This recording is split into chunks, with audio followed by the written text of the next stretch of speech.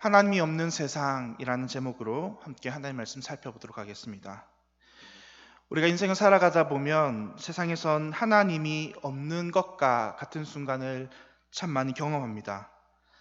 하나님 말씀에 따라 정직하게 사는 자들이 세상에서 일이 잘 풀리지 않고, 반면에 하나님의 말씀대로가 아닌 자신들의 소견대로 사는 사람들이 이 땅에서 호의호식하며 인생이 잘 풀리는 듯한 생각이 들 때, 또 어떤 때는 세상의 온갖 부조리한 일과 비리가 바로 교회에서 드러날 때, 교회 목사와 장로가 세상 사람들조차 하지 않는 온갖 잘못과 비리를 저지를 때, 우리는 정말 이 세상 가운데 하나님이 살아계신가, 하나님이 정말 존재하시는가에 대한 의문이 들기도 합니다.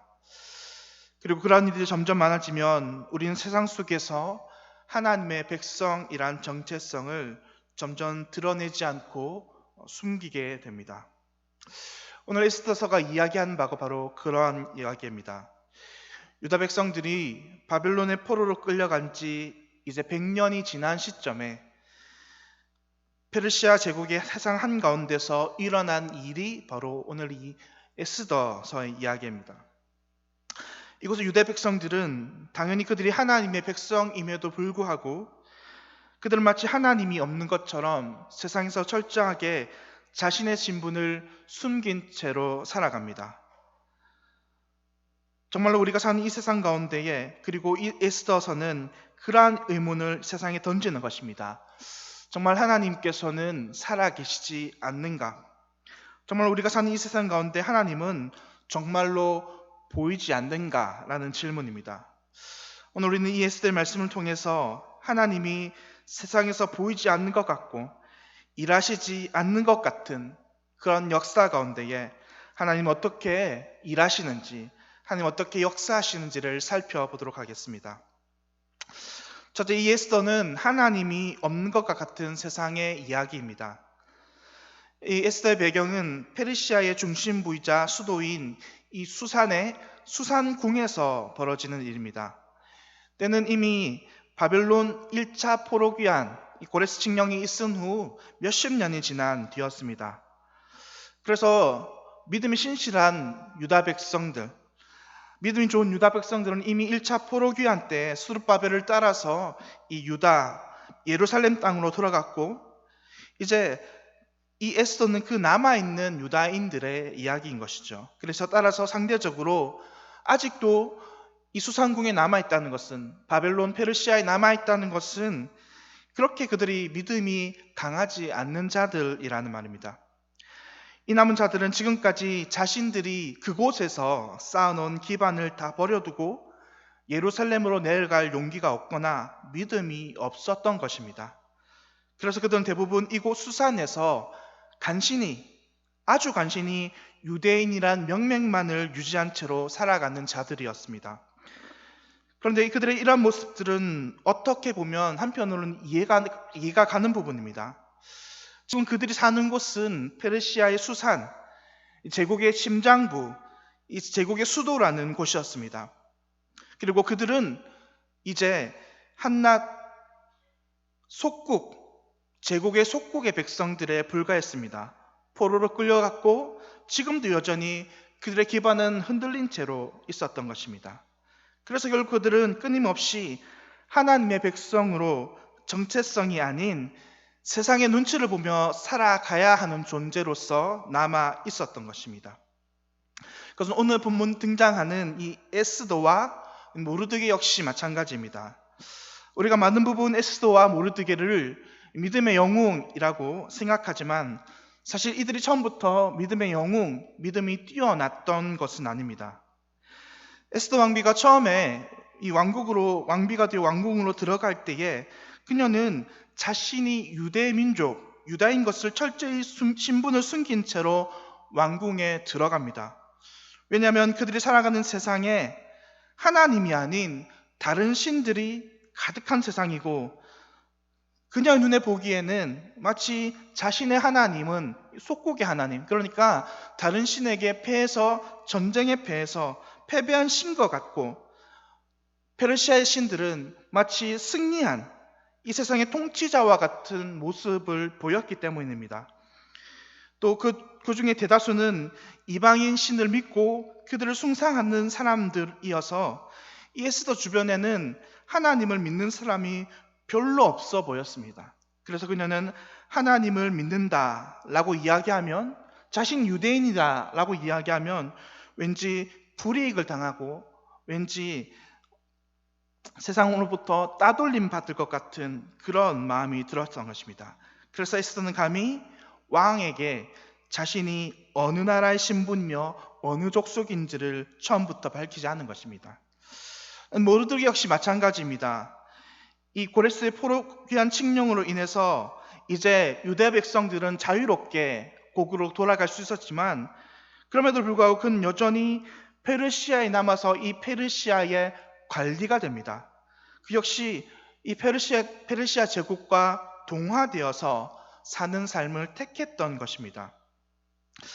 그러나 사랑하는 성도님 여러분, 마치 이러한 모습이 현재 이 땅을 살아가는 우리들의 모습과 너무나 닮아 있다는 생각들을 합니다.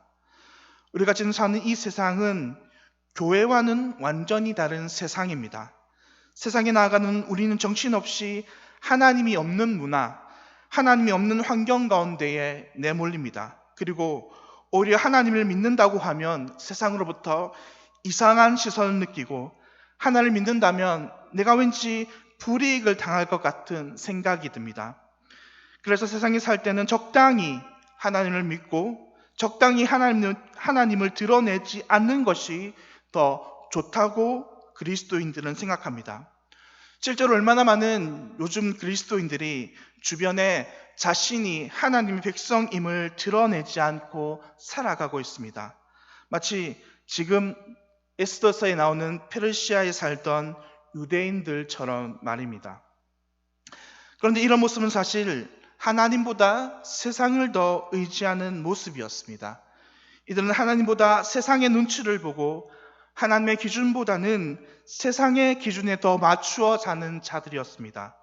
그래서 세상의 눈치를 보르나 하나님을 뒤로 하는 자들이었습니다.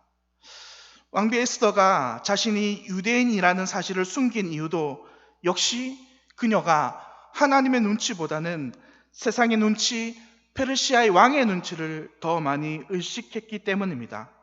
한마디로 말해서 자신들이 의지하는 것은 하나님이 아닌 세상이자 페르시아 제국이었던 것입니다. 그래서 에스더와 같은 사람들은 계속해서 이렇게 생각합니다. 내가 하나님을 의지하지 않고 세상을 더 의식하면, 세상을 더 의지하면 나는 이 땅에서 더 잘 먹고 잘 살 수 있을 거야 라고 말입니다. 이처럼 에스더서는 하나님의 백성들이 세상에서 자신을 드러내지 않고 숨어서 사는, 마치 하나님이 없는 것과 같은 삶을 살아가는 자들의 이야기입니다. 그런데 이 에스더서가 갑자기 방향을 틀어 나가기 시작합니다. 가만히 그렇게 세상만 의지하고 하나님을 등진 채로 살아갔던 그들 삶에 평온한 일들이 일어나지 않습니다. 갑자기 그의 삶들이 움직이기 시작합니다. 자신이 믿던 세상이 자신을 향해 돌을 던지기 시작하는 것입니다. 사랑하는 성도 여러분, 우리가 과연 세상의 눈치만 보고 하나님을 버려두고 세상을 바라본다면 과연 세상은 우리를 책임질 수 있을까요? 우리가 생각하기에는 내가 속한 세상이 영원할 것만 같고 내가 속한 세상이 절대 권력을 가진 것 같지만 사실은 그렇지 않다는 것입니다. 세상은 영원하지도 않고 그 세상은 결코 우리를 영원히 책임져 주지도 않습니다. 세상은 변하고 언젠가 그 세상은 우리를 향해 발톱을 드러내고 우리를 삼키려 들 것입니다. 그래서 예수님께서는 요한복음 10장 10절에서 이렇게 말씀하셨습니다. 도둑이 오는 것은 도둑질하고 죽이고 멸망시키려는 것뿐이요 내가 온 것은 양으로 생명을 얻고 더 풍성히 얻게 하려는 것이라 라고 말입니다. 세상에 비율을 맞추고 세상의 중심으로 살아간다면 처음에는 좋을 것 같습니다. 그러나 언젠가 세상은 우리들에게 발톱을 드러낸 채 죽음과 멸망의 그림자를 들이울 것입니다. 이 오늘 에스더의 말씀도 바로 마찬가지입니다. 에스더와 모르드게가 그렇게 세상의 비율을 맞춘 채 세상을 따라 살아간다면 정말 그렇게 그들은 이 페르시아 수산이라는 도시에서 그럭저럭 살아갈 줄로만 알았습니다. 그런데 그들이 그렇게 의지하는 그 세상이 갑자기 자기들을 향해 돌을 들고 던지기 시작했습니다. 오늘 모르드게가 길을 가다가 평소 자신이 싫어하던 하만이 지나가자 그에게 인사를 하지 않았습니다. 왕국의 인자였던 하만은 감히 모르드게 따위가 자신을 무시한 것 때문에 그를 죽이고자 하는 마음을 품습니다. 그런데 이 하만의 마음은 단순히 모르드게 한 명을 죽이고자 하는 마음에 그치지 않고 더 나아가 그의 민족인 유다인 모두를 죽이려고 계획하기 시작합니다. 감히 상상하지도 못할 일이 급작스럽게 그들에게 발생한 겁니다. 세상은 갑자기 유대인과 모르드게에게 돌을 들고 던지기 시작한 것입니다. 세상의 갑작스러운 변혁으로 인해 하나님의 백성이 이제 죽을 위기에 처한 것입니다. 사랑하는 성도 여러분, 혹시 우리가 믿었던 그 어떤 것에 배신을 당한 경험 있습니까? 내가 믿던 그것이 갑자기 나를 향해 돌을 들고 던진, 그래서 내가 그 돌에 맞은 경험이 있습니까? 우리는 아마도 그럴 때에 우리 인생이 무너지는 것과 같은 기분이 들 것입니다. 바로 모르드게와 에스더 왕비 그리고 유대인들이 그랬을 것입니다. 자신들이 그토록 눈치를 보며 의지하던 세상이 갑작스럽게 자신들을 향해 돌을 던지는 것입니다. 이처럼 에스더는 우리들에게 한 가지 교훈을 더 주는데, 하나님이 아닌 세상은 언제든지 우리들에게 돌을 던질 수 있다는 것입니다. 세상은 바로 그런 곳이라는 것입니다. 셋째, 에스더는 없는 것과 같은 하나님이 그러나 세상을 주관하신다는 이야기입니다. 그렇다면 이 에스더서는 그냥 이렇게 유대인들이 멸망과 죽음으로 그렇게 슬픈 결말을 맞으며 끝이 나는 것일까요? 그렇지 않습니다. 사실 에스더 이야기는 이때부터 시작된다고 해도 과언이 아닙니다.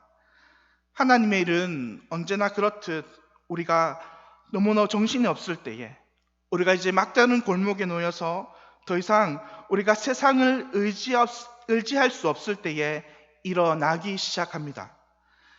자신을 믿던 세상이 자신들을 향해 돌을 날렸습니다. 하지만 유대 백성들에게는 그때부터 자신들이 세상의 눈에 가려져서 보이지 않던 하나님의 역사가 시작됩니다.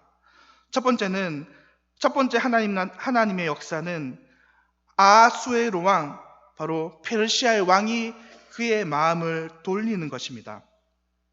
이제 유대인들은 죽을 날만 받아가지고 기다릴 수밖에 없는 처지가 되었습니다. 그래서 그날이 되면 제국의 모든 유대인들이 한 번도 저항하지 못하고 꼼짝없이 죽을 날을 맞이하고 있었습니다.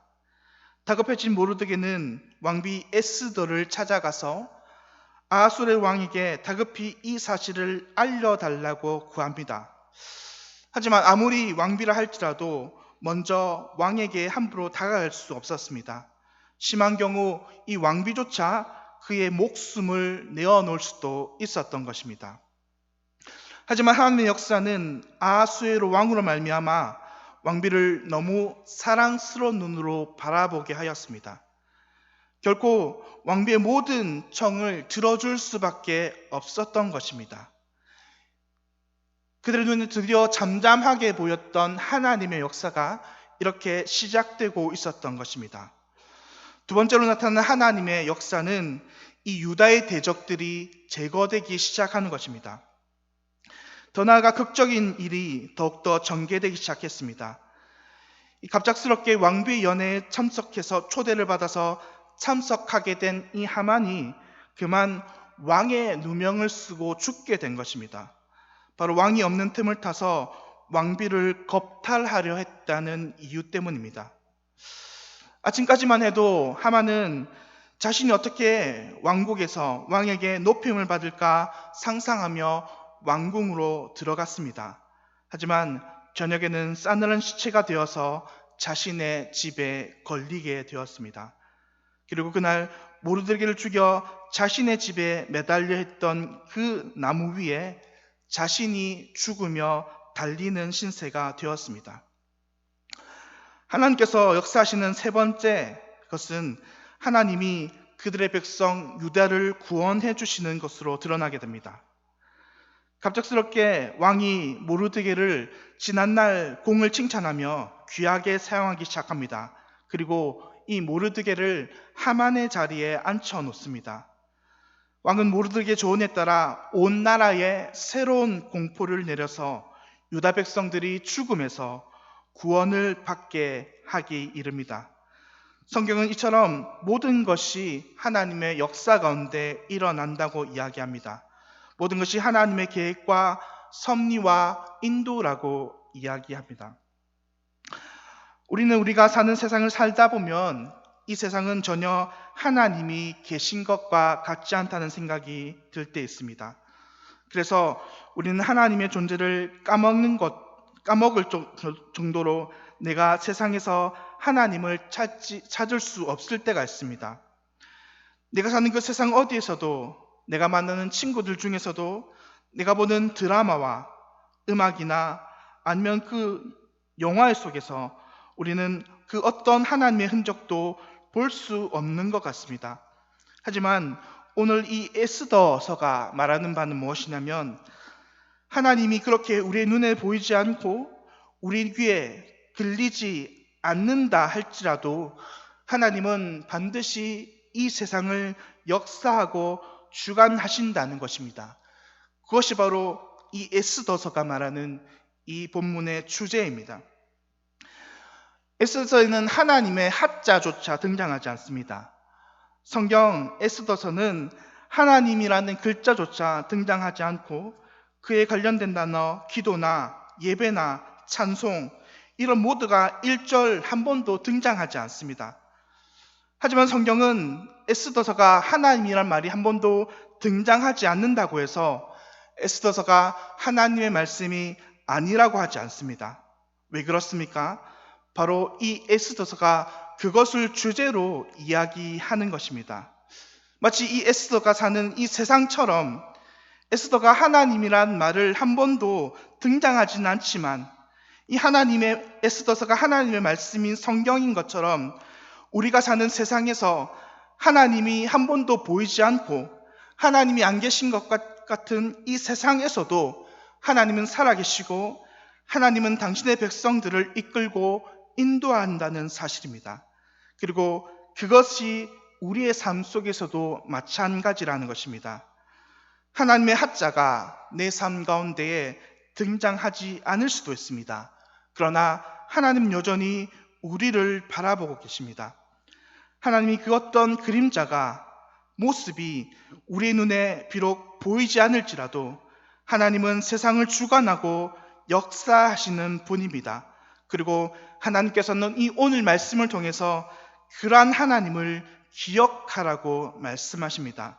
내 삶에, 내 인생에 하나님의 하자가 보이지 않는 것 같은 인생이 펼쳐진다 할지라도 너희는 눈을 들어서, 믿음의 눈을 들어서 이 모든 일들이 하나님의 손에서 일어나고 있음을, 움직이고 있음을 우리가 기억하라는 사실입니다.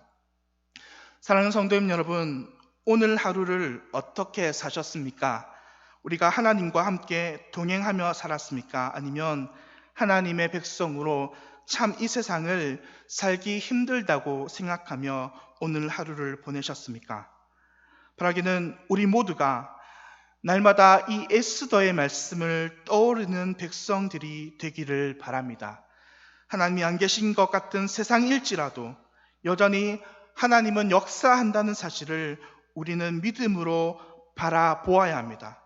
그렇게 우리가 의심의 눈을 걷고 믿음으로 세상에서 일을 바라본다면 하나님께서는 분명히 지금 우리와 함께 옆에 계시며 늘 우리에게 꾸준히 말씀하고 계시며 늘 우리를 위해서 일하시고 역사하고 계시다는 사실을 우리는 깨닫게 될 것입니다. 바라기는 성도 여러분들과 저희 모든 삶이 하루하루 하나님과 동행하며 하나님 늘 모시고 살아가는 인생이 되기를 예수님의 이름으로 간절히 축원드립니다. 찬송하며 기도드리겠습니다.